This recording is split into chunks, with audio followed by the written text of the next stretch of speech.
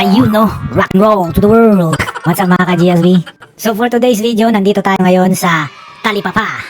Matatagpuan ito sa corner ng Alvear West at Manibok Street at Castillo Street. Ang gulo no? Basta, pagsakay mo ng tricycle, sabihin mo lang, Talipapa. Dadaling ka na dito sa Talipapa Market. Sobrang dami ang mapagpipilian dito mga ka-GSB. Nandyan yung mga maliliit na isda, may malalaki, at syempre, mga tinapa at mga daing. Yun no, rap saya mga ka-GSB, fresh na fresh. Ito nga si kuya, namakyaw na ng patis para sa sausawan eh. Hindi pala patis. Malapit lang kasi ang Lingayen sa dagat, kaya marami tayong mga lamang dagat na nakukuha dito. Kagaya ng mga ito. Ito, hindi naman to lamang dagat. Lamang chicken ito. Ayun no, 15 lang yan. Pero syempre, hindi lang mga seafoods ang binibenta rito. Meron din mga mangoes. Yun no, ang kinis oh. Focus tayo, focus mga ka-GSB.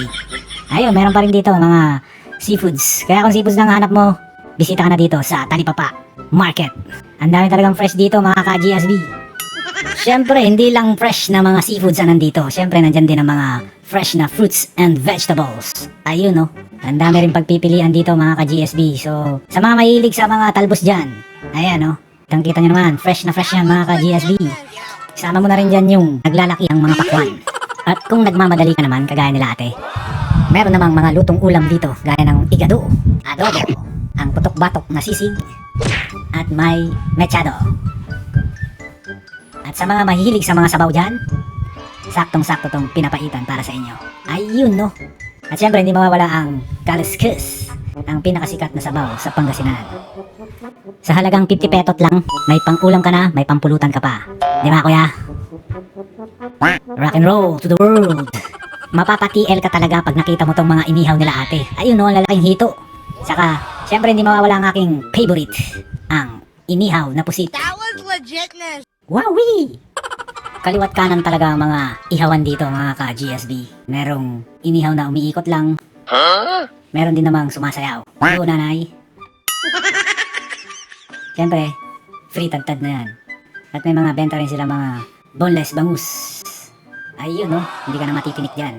At may liempo. At sa mahilig sa mga longganisa dyan, meron din silang inihaw na longganisa. Speaking of longganisa, meron din sila ate niyan. Iba't ibang kulay pa. Kaway naman dyan ate. Kung machichicha naman ang hanap mo, andyan naman ang mani ni kuya. Bagong luto yan kaya malutong-lutong pa mga ka-GSP. Merong spicy, merong sweet. Kompleto po yan mga ka-GSB. May pabawang pa si kuya. Siyempre kung may mani, hindi mawawala ang mais. Uy kuya, may bibili. Ayun no, popcorn ni kuya. Available in 1 different flavors. Chess. At kung tinapay naman ang iyong hanap, siyempre hindi ka nalalayo. Andito lang kay kuya. Marami siyang bentang mga tinapay. Lahat na yata ng klase ng tinapay nandito na.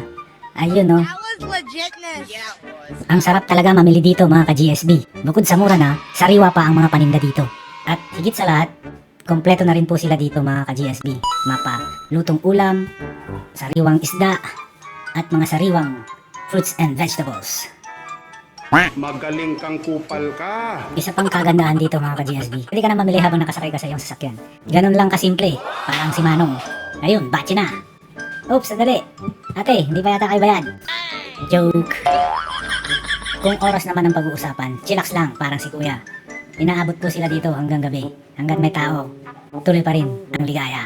O hanggang sa muling paglalakbay mga ka-GSB, maraming salamat sa inyong panonood. Basta lagi natin tatandaan, hanggat may pagkain, may gutom sa biyahe. Get it away!